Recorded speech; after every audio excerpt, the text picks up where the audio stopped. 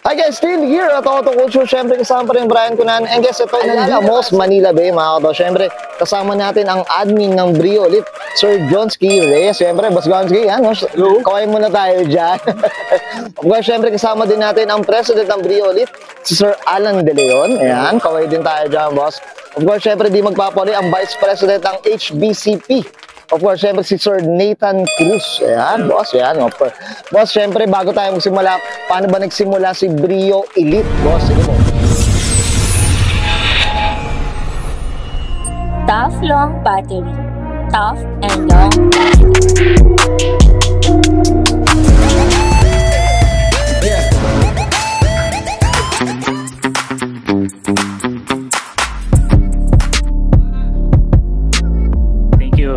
Nag-start ang Brio Elite January 31, 2022 na officially launch ang Facebook page on that day din, the same day. Prior the official FB launch, kumbaga nagkaroon muna kami ng meeting, kami nila Alan, the other admins kung paano nagsimula. Kasi we wanted to make sure na meron kami ibang ma-offer sa Brio category. So if you notice, yung mga sasakyan namin sa likod, medyo ibang klase rin yung pag-modify namin sa kanila. Not necessarily mas mahal ang piyasa, pero mas may taste kumbaga yung dating. More or less, we are a small group of Brio owners na talagang enthusiasts din. And like in this event, we're supporting Honda Brio Club Philippines. Kasi nga, meron kaming nakitang potential din sa kanila. And of course, we want to make sure na we show our support din sa bigger group or sa bigger group ng Philippines, which is sila. And more on that, of course, want to give it to Nathan. HBCP is founded on December 2014.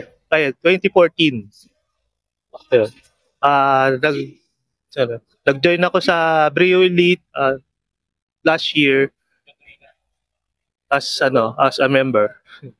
Admin ka na. Now, admin na ako ng Brio Elite. Ng Brio Elite, boss. Ayan. Of course, syempre, boss, ito, syempre, dalawa yan, no? So, Brio Elite and HBCP. Boss, paano ba sumali sa mga itong grupo na to, or Elite or HBCP? Easy lang sumali sa Brio Elite. Kailangan lang, syempre, may Brio ka, Gen 1, Gen 2, Gen 2.5. Kung mag-start ka sa HBCP o official member ka ng HBCP, meron kaming link doon sa page, straight to Brio Elite page. And then, we conduct a simple assessment or screening. Simple lang, pasa ka lang ng picture, then mag-decide ang mga admins kung malinis. Yun ang pinaka-importante sa amin. Malinis. Hindi naman kailangan ng original lahat ng parts as long as malinis. Then, tatanggapin namin for official member. Then later on, kung mag-upgrade, mag-guide namin sila. Then hopefully, maging official na member din sila. Yes, official member. And syempre, mas gumanda yung Brio.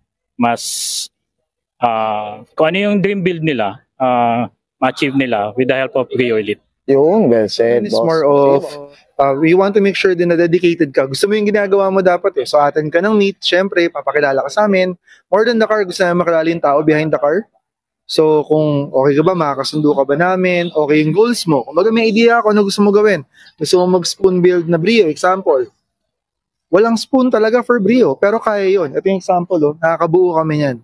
So hindi siya imposible kasi kami mismo nag-research. We are all car enthusiasts. Gusto namin yung ginagawa namin. So gusto namin yung mga future members namin, gusto rin yung ginagawa nila. Gusto nila mag-modify, gusto nila pagandahin, gusto nila gawin ng tama.